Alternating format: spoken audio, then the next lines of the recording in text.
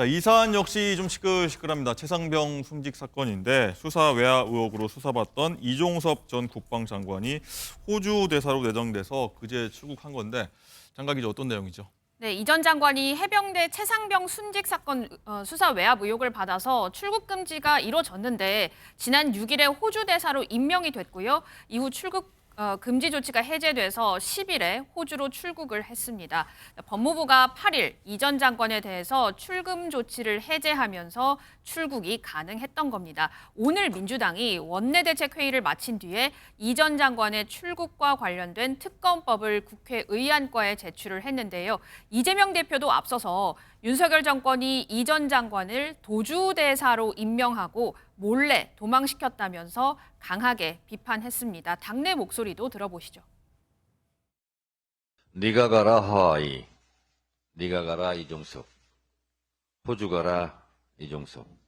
내가 뒤를 봐줄 테니 잠시 깜빵에 가 있어라.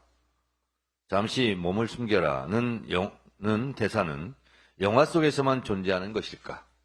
이 사람은 범죄자입니다. 이런 사람을 호주 대사로 임명한다고요? 호주 대사가 아니라 도주 대사입니다.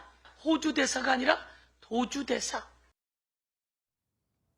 네, 반발하는 민주당 얘기 한번 들어봤는데 장윤주 부위원장님, 대통령실은요 이 전 장관이 이제 앞으로 수사에 적극 응하기로 했으니까 갔다 수사 방해되지 않는다 이렇게 얘기를 하고 있거든요.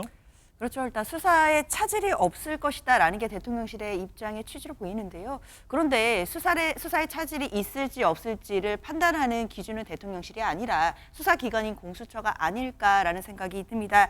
그리고 사실 대부분의 피의자들은요. 수사기관의 수사를 받을 때 수사에 협조 잘 하겠다고 합니다. 그럼에도 강제 수사되고 구속영장 청구가 되고요. 출국금지가 되는 것이 일반 국민들의 현상이고 그리고 일반 형사 재판의 과정입니다. 그렇다라고 한다면 이종섭 전 장관에게만 다른 잣대를 들이댈 수 있는 것인지 그 부분은 국민들께서 또 판단하시리라 생각을 해봅니다. 예, 설주환 위원, 일단은 이 전 장관요 어제 이제 출국할 때 신임장 원본이 아니라 이 사본을 들고 출국했다. 이래서 좀 논란이 더 되고 있는 것 같아요. 이거 무슨 내용이죠? 그러니까 좀 이해할 수 없는 것이 이렇게 절차라든지 정식적으로 특히나 외교 관계에 있어서의 형식적인 절차라는 것은 굉장히 중요하지 않겠습니까? 그게 우리나라 내에서의 문제가 아니라 상대 국가가 있는 것이고 거기에 따라서 외교 형식이라는 것이 항상 있어 왔으니까 그걸 벗어나는 일을 할 만큼 이렇게 급하게 갈 이유가 있었을까? 그리고 보니까 어떤 보도에 따르면 대사교육, 2주간의 대사교육을 그것도 생략한 채로 갔다는 거예요.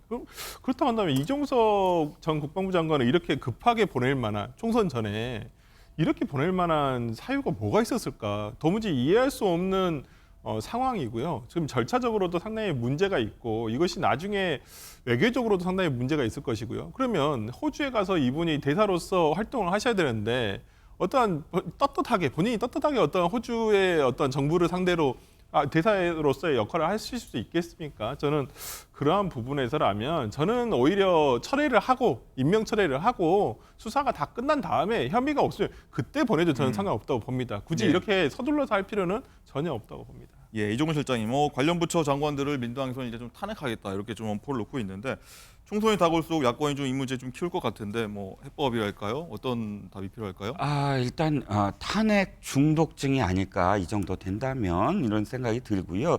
적절하지 않은 건 저도 동감을 합니다. 그러면 사실 호주와 관련돼서 국방 사업이 어떤 이유인 것처럼 좀 국민의힘이 이야기를 하고 있습니다. 그러면 국민들한테 좀 더 설득력 있게 이야기를 해야 되고요. 그렇지 아니하다면 지금 총선 국면도 있고 또 한 사람의 어떤 이 죽음이 문제가 된 부분입니다. 그런 엄중함을 생각을 한다면 이 부분과 관련돼서는 이 국민 눈높이에 맞춰서 조치를 취해야 된다고 생각을 합니다. 알겠습니다.